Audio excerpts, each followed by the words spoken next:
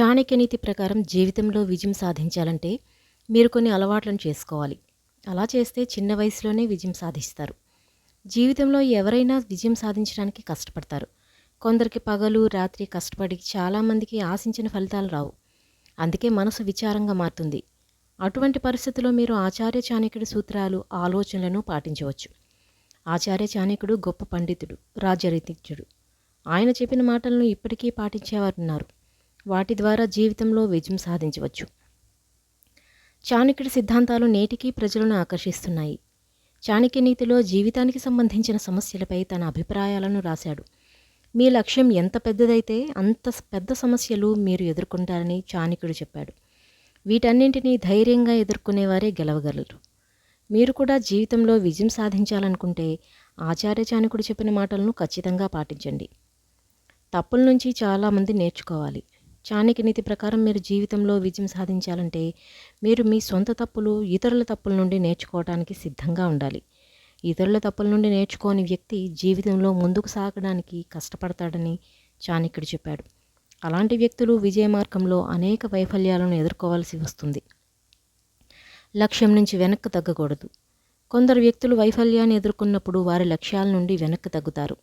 అయితే అలా చేయడం మంచిది కాదని చాణక్యుడు చెబుతున్నాడు. ఆచార్య చాణక్య నీతి ప్రకారం గతం గురించి ఎప్పుడూ పశ్చాత్తాపడకూడదు. విజయం కోసం తర్వాత ఏం చేయాలో ఆలోచించి ముందుకు సాగాలి. గౌరవించని ప్రదేశంలో ఉండకూడదు. చాణక్య నీతి ప్రకారం ఒక వ్యక్తి తనను గౌరవించని ప్రదేశంలో నివసించకూడదు. తమ ఆత్మగౌరవానికి ప్రాధాన్యతనిచ్చే వారి జీవితంలో విజయవంతమైన వ్యక్తిగా మారగలరని చాణక్యుడు చెప్పాడు. అందుకే గౌరవంగా ఉండే ప్రదేశంలోనే ఉండాలి. అదృష్టం మీద ఆధారపడకూడదు. ఒక వ్యక్తి తన విజయం కోసం ఎప్పుడూ అదృష్టం మీద మాత్రమే ఆధారపడకూడదు. ఒక వ్యక్తి తన కృషి, అంకితభావం ద్వారా మాత్రమే తన అదృష్టాన్ని సంపాదించుకోవాలి. చాలా క్లిష్ట పరిస్థితుల్లో కూడా ఒక వ్యక్తి తన లక్ష్యం నుండి తప్పుకోకూడదని చాణక్యుడు చెప్పాడు. లక్ష్యం కోసం కృషి చేయాలి. గెలవాలంటే తపస్సు చేయాలి. ఒక వస్తువు సులభంగా దొరికితే దాని విలువ అర్థం కాదు. ప్రపంచంలోని గొప్ప వ్యక్తులు లక్ష్యంపై తపస్సు బలంతోనే జీవితంలో విజయం సాధించారు. తమ లక్ష్యాన్ని సాధించారు. తపస్సు లేకుండా జీవితంలో ఏ స్థానాన్ని పొందలేరు. ఎందుకంటే జీవితంలో విజయం అంత సులభం కాదు.